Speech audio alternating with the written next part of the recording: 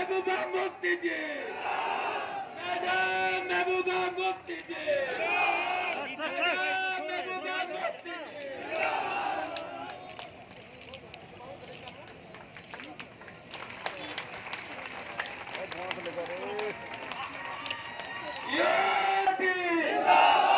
थोड़ी और जोश करना, पीछे पार्टी मैडम महबूबा मुफ्ती। मैं आप लोगों से इसलिए मिलना चाहती थी कि कश्मीर में मेरा नौजवानों के साथ बात होती रहती है, तो मैंने सोचा कि जम्मू के नौजवानों से भी बात की जाए, उनसे मिला जाए, उनकी प्रॉब्लम सुनी जाए। प्रॉब्लम तो हर जगह एक ही है। सबसे बड़ी समस्या जो इस वक्त है वो अनएम्प्लॉयमेंट है, बेरोजगारी है, जिसकी वजह से यहाँ का नौजवान बीए हो, एमए हो, पीएचडी हो, क्लास 4 के लिए, यहाँ तक कि पुंछ में और राजौरी में मुझे बताया गया कि वहाँ पीएचडी लड़के एसपीओ की नौकरी के पीछे भागते हैं, पर वो भी नहीं मिलती। नौजवान इसीलिए नशे का शिकार हो रहा है। बहुत सारे नौजवान खुदकुशी करते हैं, आप सुनते होंगे रोज़। तकरीबन कश्मीर में आज 2 लोगों ने फांसी लगाई, 2 लोग दरिया में डूब गए। तो नौजवानों की बहुत सारी प्रॉब्लम्स हैं और ऐसा लगता था पहले कि 370 बहुत बड़ी रुकावट है नौजवानों के लिए, उनको रोज़गार देने के लिए, तरक्की के लिए 370 रुकावट है। मगर आज मुझे खुशी है कि जम्मू के लोग भी समझ गए जो 370 था वो एक ढाल थी, वो एक प्रोटेक्शन बंद था, न सिर्फ हमारी इज्जत के लिए, न सिर्फ हमारी शिनाख्त का, बल्कि हमारी ज़मीन के साथ हमारी नौकरियों की भी वो सुरक्षा करता था। जो सुरक्षा इन्होंने सुरक्षा कवच ही तोड़ दिया इन लोगों ने। और यहाँ कई लोगों ने सही कहा, ये 370 खाली 47 की बात नहीं थी, ये 370 महाराजा हरी सिंह के वक्त में आया था और इन्होंने सब कुछ तार तार कर दिया। मेरे वालिद कहते थे, मुफ्ती साहब कहते थे कि देखो महबूबा, ये कश्मीरी पंडित, ये एक मिनिस्क्यूल माइनॉरिटी थी हम इनको रख नहीं सके जब मिलिटेंसी हुई। इसी तरह जम्मू कश्मीर की रियासत, जहाँ हिंदू, मुसलमान, सिख, ईसाई, बौद्ध, एक मुस्लिम मेजॉरिटी, इकलौती मुस्लिम मेजॉरिटी स्टेट थी पूरे इस मुल्क में। अरे वो तो कहीं भी जा सकते थे। जब मुल्क का बंटवारा हुआ, हमारे हिंदू लोग इंडिया के साथ चले गए, मुसलमान पाकिस्तान में गए। हम भी मुस्लिम मेजॉरिटी थे, हम भी कहीं और जा सकते थे। नहीं, हमने सोचा ये गांधी का हिंदुस्तान है, ये जवाहरलाल नेहरू का हिंदुस्तान है, ये बाबा साहब अम्बेडकर का हिंदुस्तान है, ये सर सैयद अहमद खान का हिंदुस्तान है, ये मौलाना अबुल कलाम आज़ाद का हिंदुस्तान है। जहाँ जमहूरियत होगी, जहाँ भाईचारा होगा, जहाँ सेकुलरिज्म होगा, हम यहाँ रहेंगे तो लाडले बन के रहेंगे। वहाँ जाएंगे तो हम भी मुसलमान स्टेटों में एक मुसलमान स्टेट बन जाएंगे।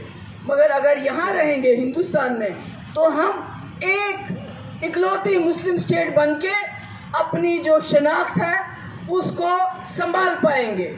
और यही शर्तें हुई थी। मैं समझती हूँ आज अगर जवाहरलाल नेहरू नहीं होते, अगर गांधी जी हमारे लीडर नहीं होते, अगर अम्बेडकर जी नहीं होते, सर सैयद अहमद खान नहीं होते, तो शायद जम्मू कश्मीर इस वक्त यहाँ नहीं होता जहाँ वो इस वक्त है। अगर आज की बीजेपी 1947 में होती तो जम्मू कश्मीर कतई नहीं यहाँ होता। क्योंकि ये लोगों को तोड़ना जानते हैं, जोड़ना नहीं जानते हैं।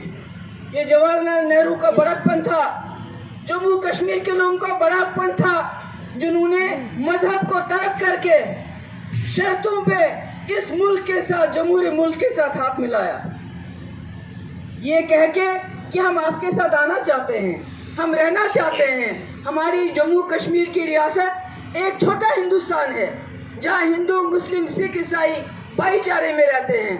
मगर हम आएंगे, आपको हमारा ख्याल रखना है। कैसे ख्याल रखना है? हमारी ज़मीन, हमारे महाराजा ने कोई कानून बनाए हैं, हमारी ज़मीन हमारी रहे, हमारी नौकरियां हमारी रहें, हमें अपना एक छोटा सा आईन दे दो। आपका झंडा बहुत बड़ा है, उसकी हम कदर करते हैं, हमें भी उसके साथ एक छोटा सा झंडा दे दो। ये चीज़ें तो पाकिस्तान से हमने नहीं मांगी थी, ये चीजें तो चीन से हमने नहीं मांगी थी, बल्कि इस मुल्क के आईन ने हमें दी थी, यहाँ की कॉन्स्टिट्यूशन ने हमें दी थी। और इन्होंने क्या किया? ये खाली जम्मू कश्मीर की बात नहीं है। अगर आप देखेंगे 70 साल से जो भी हमारे मुल्क में बना, हमारे सड़कें, हमारे टोल प्लाजा, हमारा रेलवे, हमारे एयरलाइंस, जो भी हमारा कारोबार, अब यहाँ तक कि हमारे किसान की ज़मीनें, सब तो बेच रहे हैं, ये सब तो ख़त्म कर रहे हैं। इसी तरह जम्मू कश्मीर का रिश्ता भी इन्होंने ख़त्म कर दिया। मुफ्ती साहब कहते थे, क्योंकि उन्होंने वाजपेयी जी के साथ काम किया, बहुत अच्छा काम किया।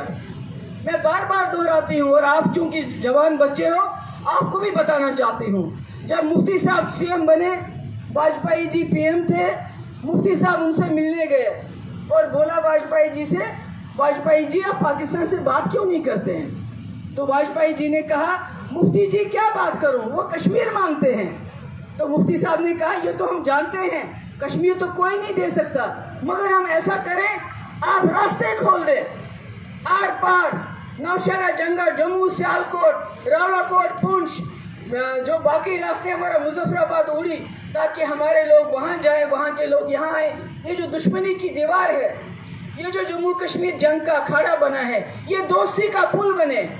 और वाजपेयी जी, मैं उनको सलाम करती हूँ, उन्होंने मुफ्ती साहब की बात की कदर की और उन्होंने शुरुआत की, और डॉक्टर मनमोहन सिंह ने बाद में रास्ते खोले। तो ये वाजपेयी जी की बीजेपी थी। मुफ्ती साहब को ख्याल था ये वही बीजेपी है। जब मैं प्राइम मिनिस्टर की मीटिंग में गई, मैंने उनको बताया, वहां पर मैंने कहा, आपने जम्मू कश्मीर का क्या हाल कर दिया, बर्बादी कर दी, बात नहीं कर सकता कोई ऊंची आवाज में। पहले तो सारे मुल्क का ये हाल वही है। छोटी सी बच्ची दिशा रवि हो, या आपकी सुधा भारद्वाज हो, या कोई और हो, कोई अखबार वाला कुछ लिखता है तो दूसरे दिन सोनू निगम, सोनू सूद, जिसने इतनी मदद की लोगों माइग्रेंट्स की, आज उसके यहाँ भी छापे पड़ रहे हैं। तो मुफ्ती साहब कहे कि मैं समझता हूँ महबूबा, ये जो बीजेपी है, वाजपेयी जी बड़े ही नेशनलिस्ट थे, ये बड़े देशभक्त है, ये मुल्क के मफाद के लिए, जम्मू कश्मीर के मफाद के लिए कुछ भी करेंगे। मैंने ये कहा पीएम से, मैंने कहा मगर आपने तो मुल्क का मफाद क्या, आपने तो जम्मू कश्मीर को ही तोड़ दिया, उसको बर्बाद कर दिया अपने वोटों के लिए, अपनी कुर्सी के लिए। यहाँ कुछ बीजेपी के लोग अगर सुनते हो, उनके लोग भी उस मीटिंग में थे, वो आपको बताएंगे कि मैंने ऐसा कहा कि नहीं कहा। मैंने कहा क्या रखा आपने, बर्बाद कर दिया सब कुछ, तबाह कर दिया सब कुछ। मैंने कहा आज हमारे किसान 8 महीने से, उस वक्त शायद 7-8 महीने हो गए थे, बॉर्डर पे हैं। उनको उम्मीद है कि अगर हम बोलेंगे, शायद आज नहीं तो कल हमारी बात सुनी जाएगी, मगर जम्मू कश्मीर के लोगों को ये उम्मीद ही नहीं है। किससे उम्मीद करें?